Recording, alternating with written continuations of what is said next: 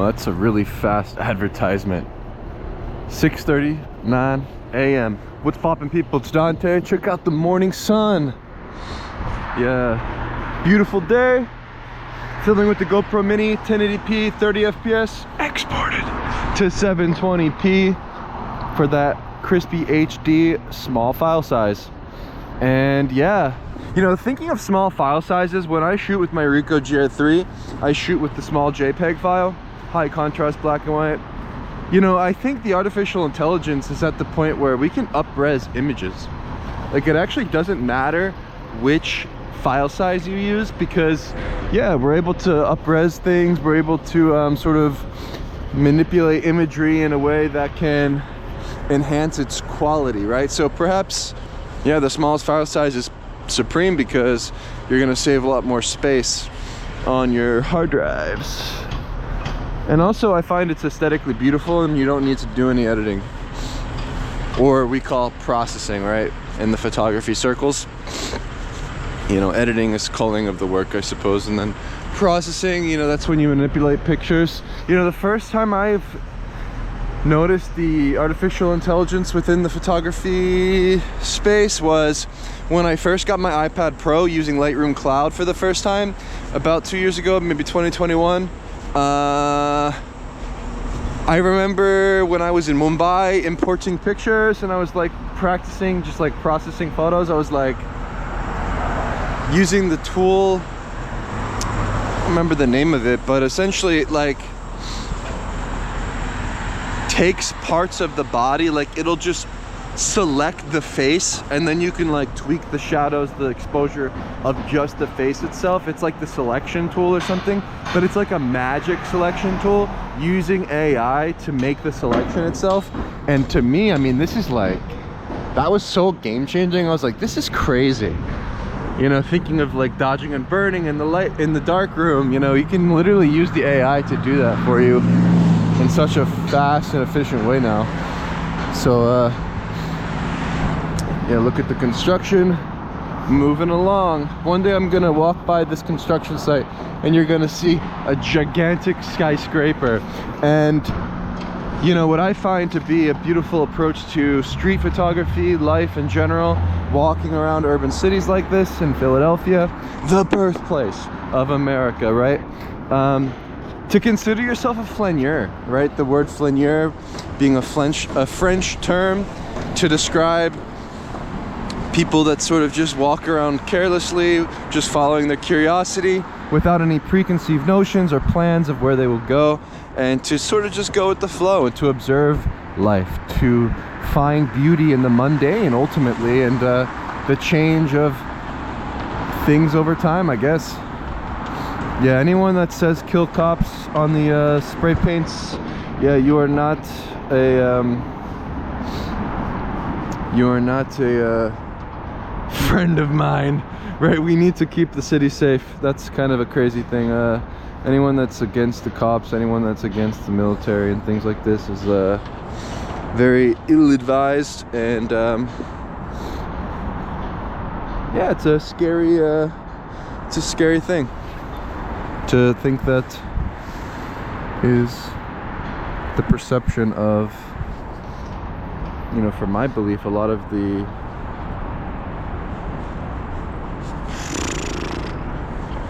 sort of radical, they're almost like terrorist groups, I guess. Antifa, I think, because I see they would like spray paint their logos on some of the things around here, like for instance some of the statues of like William Penn, the Quakers, the Native Americans and whatever that are like along the Schuylkill River banks. They would like write on it like land back, like give me my land back. Let the world be free of my disease. Yeah. Disease. You know, disease is an interesting word, right? To be diseased. What does that mean? Sesh. Go on YouTube and type in Team Sesh. We're the kings of the underground, baby. So yeah, basically disease is a weird one, right? It's like when I consider the term like dis-ease, like you're uneasy, metabolic disease, perhaps a lot of people these days are actually diseased. You know, that quote that's written on that graffiti piece there is maybe something to ring true. You know, a lot of people are diseased metabolically through their physiology, through eating the wrong foods, and through spending too much time inside. You know, the reason why I'm on this sort of warrior monk mode, Spartan agogi training every day for the past year is to set myself up in a way for success, for health, and to sort of avoid disease, right? To be diseased, I almost find that if I spend too much time inside, I become diseased. I become sort of antsy, I become sort of claustrophobic, I become sick, I become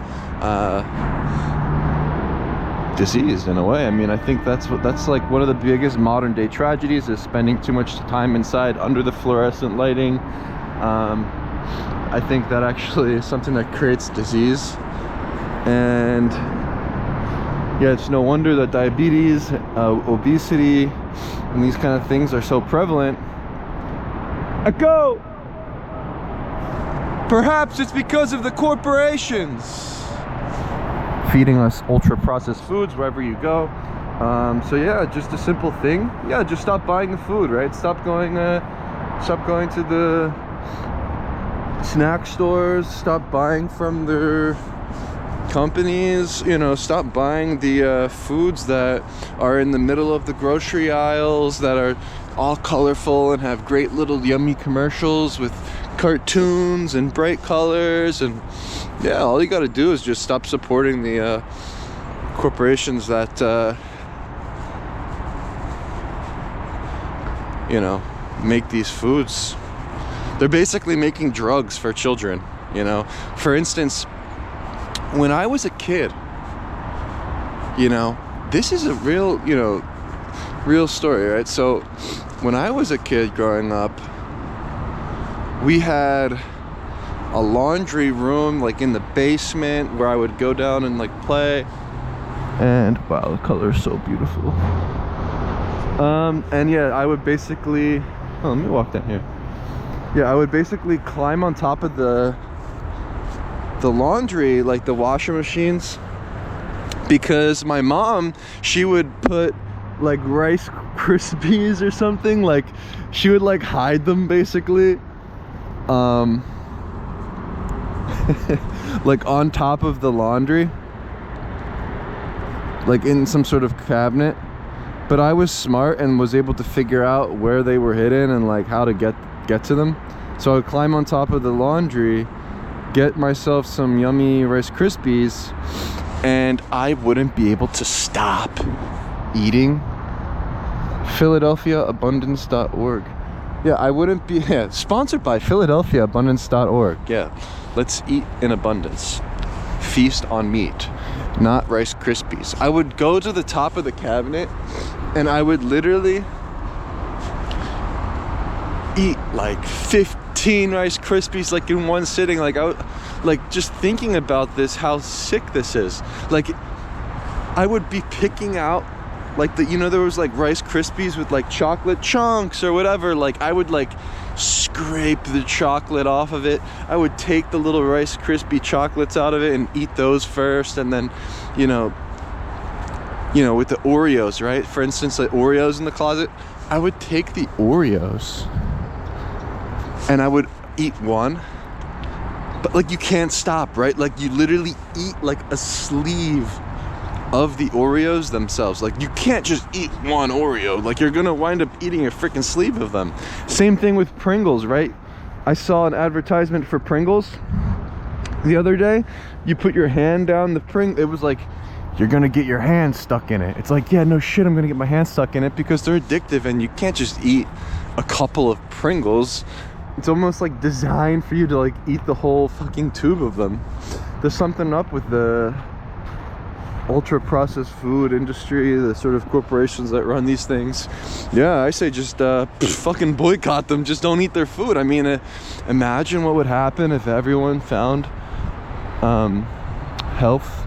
Imagine what would happen if our disease was cured as a country here in America, right? Where we do have abundance, right? I believe. And to just find the foods that aren't addictive. And like, what is the cure? What is the cure to this disease? What is the cure to this addiction? It's very simple. No breakfast, no lunch. Fasting for 24 hours and eating one massive carnivore meal per day of red meat. No pork, no turkey. My favorite right now is the American Wagyu ground beef from Costco.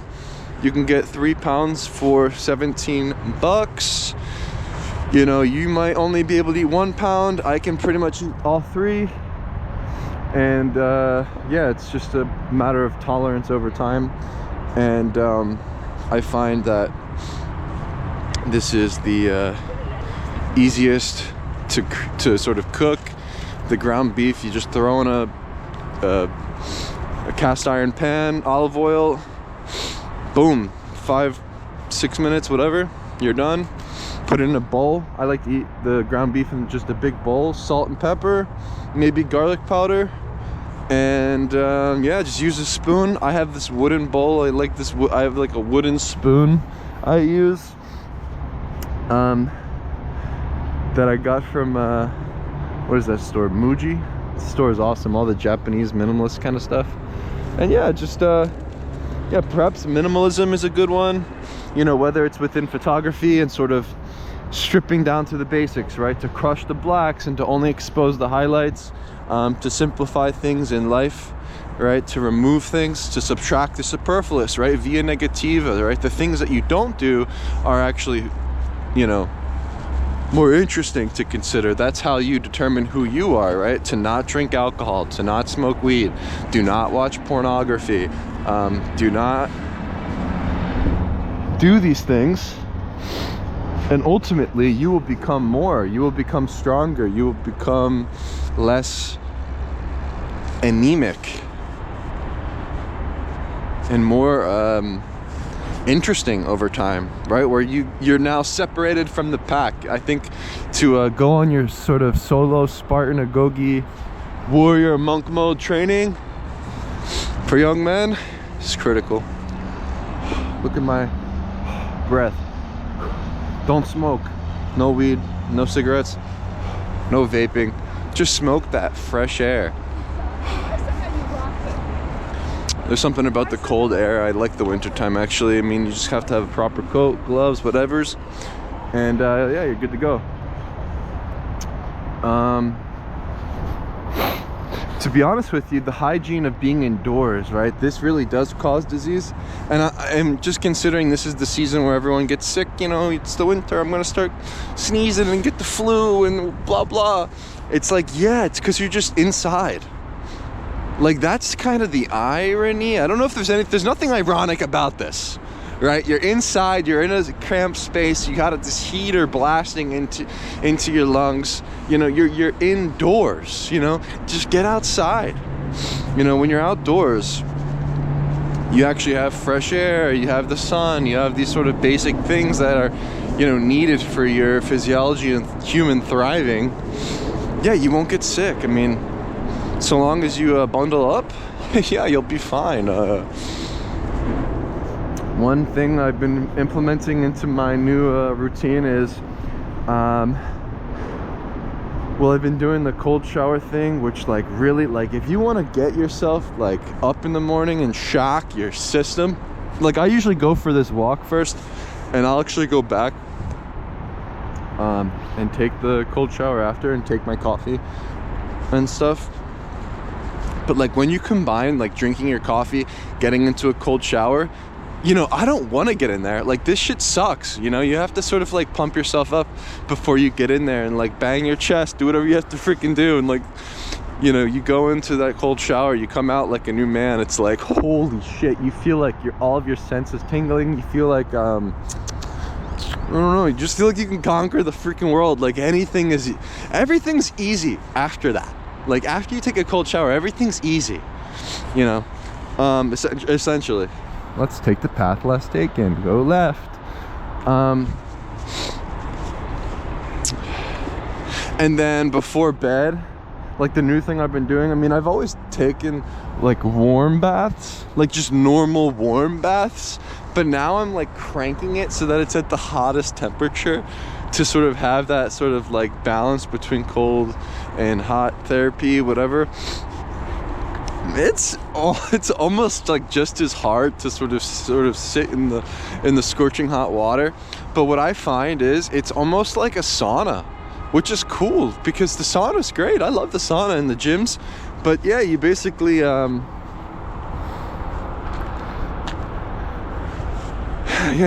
come out sweating, you know, and like feeling really relieved and relaxed and just ready to be knocked out in bed super early.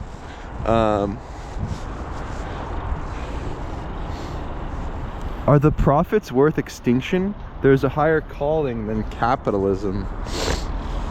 Interesting. Yeah, I've been seeing a lot of stickers around for communism, like promoting communism. Capitalism. What I like to think of about capitalism and capital is ancient Rome and ancient Greek, the ideology around wealth and capital deriving from the amount of cattle you have, and you know, the head of the cattle, I think the Latin term was capitalist or caput or something. It's just interesting. I like thinking of it that way. Yeah, just stop buying stuff, dude. Whoever wrote that, just stop buying stuff. If you really are not a fan of this sort of system that we live in, yeah, maybe you just gotta stop buying things.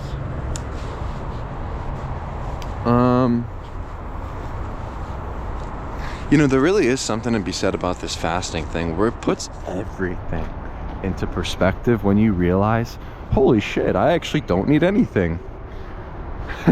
I just need a piece of meat before I go to sleep, like I'm a fucking dog. You know, I'm a wolf. Feasting. Use your bare hands when you eat steak. Yeah, there's something about nature, just coming out into nature every morning. Embrace the elements. You know, it may be cold out there, guys, but just bundle up, get out there. It's more interesting out under the moon, the moonlight, dancing in the moonlight. Come on, let's go dance in the moonlight. We can all thrive together outside. This is where humans are designed to be, you know.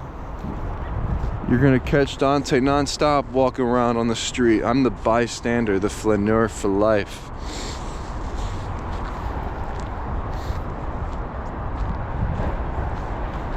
I haven't stopped walking. I haven't stopped exploring. I haven't stopped photographing since I've been 18.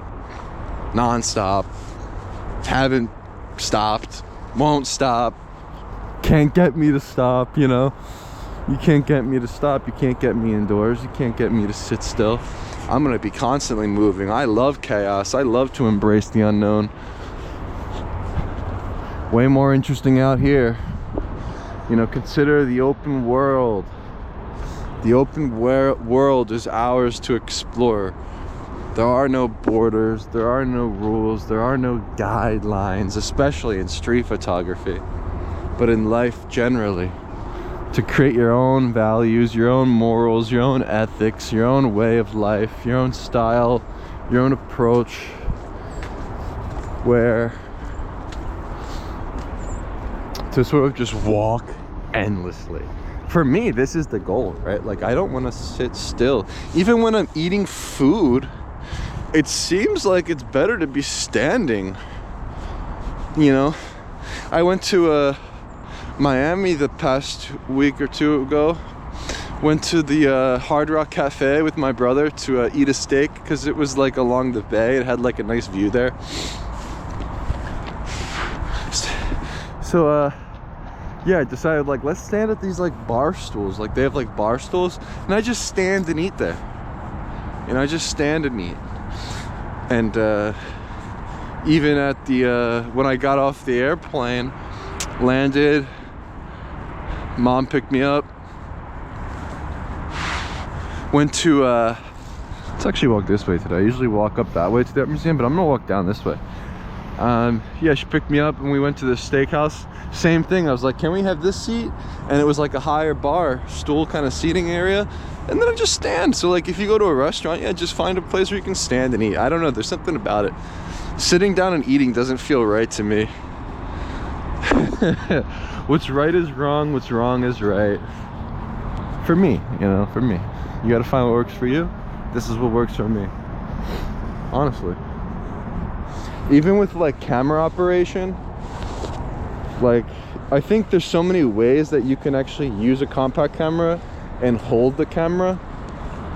So like for instance, a lot of the times I like to hold it this way. Even I'll use my ring finger to press the shutter. Like I'll literally shoot like this sometimes. And what this does is it allows you to have flexibility with camera orientation and sort of making micro adjustments and movements. You know, oftentimes I'll use my index finger too for quick ones. And it really just depends, but there's just so much more opportunity and possibility with the compact camera, I find, with camera operation, the way that you use the thing. But to go beyond camera operation and to embrace the artistic medium of photography, where we're not concerned about the settings of the camera, we're not concerned about these sort of basic notions of what makes a good or bad photograph, but we're merely curious about the results, right? What question keeps me coming back out onto the street non-stop on repeat? What will reality manifest to be in a photograph, right? It's a very simple question, but when you consider this and you allow your curiosity to fuel you, you'll inevitably find yourself in this state of bliss in production mode, and to enter the Zen zone where the street is a canvas for us to ever explore and to create upon, where we can uplift the mundane, creating something out of nothing, using the tool, the camera, to abstract the world, to create a surreal imagery that goes beyond the basic, that goes beyond this earth, and to transcend time itself through moving your body, through walking. The days feel long, you know, to cherish these memories, to cherish these moments forever through capturing a moment with a camera. Yeah, we can maybe live forever.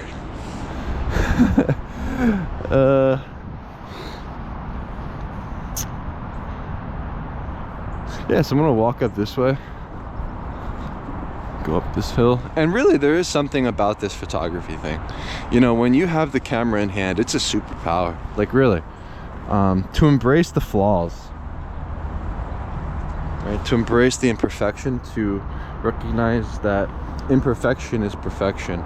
You know, everything is fleeting, everything is impermanent, and everything becomes more beautiful because of this. Being a human is beautiful because we're immortal, or we're mortal, right? We will and must die. But yeah, basically,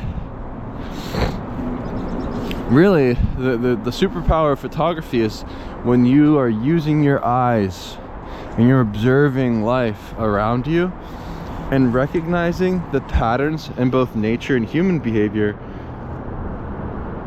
and just recognizing when to press the shutter, following your intuition and pressing the shutter, you know, just following that curiosity, that childlike perspective, to return to the sort of naive childlike state and to remain in a state of play where the street is the canvas and everything and anything can become photographable, where it really doesn't matter where you are, at what place and what time, but to find beauty in these sort of mundane things. I mean, really, it makes life so much more interesting. Photography is the greatest gift that I've ever found in my life, and I just want to spread more joy. Maybe the goal really, it's just to have fun, to create more, to make new pictures, right? To never stay still and stagnant with your ways, to always be changing, and to never remain complacent with your ideologies around anything in life, whether it's photography, philosophy, etc. Beautiful skyline there.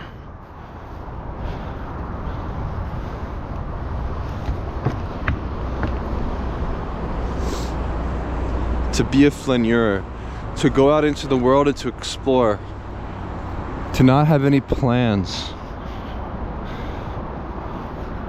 to be irregular, and to embrace the mundane.